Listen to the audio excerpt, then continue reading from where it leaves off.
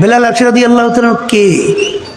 বলে তার আব্বাও ছিল গোলাম। বলে তিনিও কিন্তু গোলাম, গোলামের ছেলে গোলাম। ওদিকে বংশের দিক থেকে একেবারে নিচু। আমরা এলাকায় বংশের তো সাংঘাতিক পাওয়ার, চৌধুরী, তালুকদার। আমার নানা তো আবার নানা বাড়ি কিন্তু তালুকদার বাড়ি, জানেন তো, এই যে দেউলে তালুকদার বাড়ি। এই আমি কিন্তু এই মাটিরই সত্তা, তালুকদার, এই বর্মিয়া, ঠিক না? বেলাল হাবশী রাদিয়াল্লাহু তাআলা আনহু, তার বংশে ছিল হাবশ বংশের লোক। হাবশ বংশ হলো একেবারে নিচু বংশ, চেহারার দিক থেকে একেবারে কালো।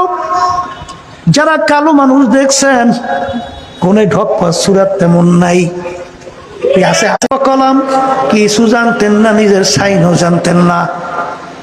পয়সার দিক থেকে, টাকার দিক থেকে একেবারে নিচ্ছ। এক কথায় দুনিয়ায় চলতে যে আসবাব, যে গুণগুলো দরকার, একটাও কিন্তু তার নাই। ওদিকে জবান ছিল তোতলা, ঠিক মতো আশহাদু আল্লাহ শব্দ উচ্চারণ করতে পারতেন না। জবান থেকে বের হইতে আশহাদু আল্লাহ ইলাহা ইল্লাল্লাহ। কোন গুণ আছে? আসতে বলে কোন গুণ আছে? কোন গুণ আছে? কোন গুণ আছে? আল্লাহ রাসূল সাল্লাল্লাহু আলাইহি ওয়াসাল্লাম সবে মেরাজে বেহেশতে যখন দেখার জন্য গেলেন, বেহেশতের ভিতর থেকে খরমের আওয়াজ পাওয়া যায়।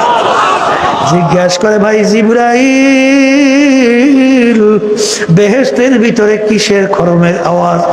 আরে জিবরাইল আলাইহিস সালাতু ওয়াস সালাম বলে, হে আল্লাহর রাসূল, আপনার বেলালের খরমের আওয়াজ পাওয়া যায়। আল্লাহু আকবার।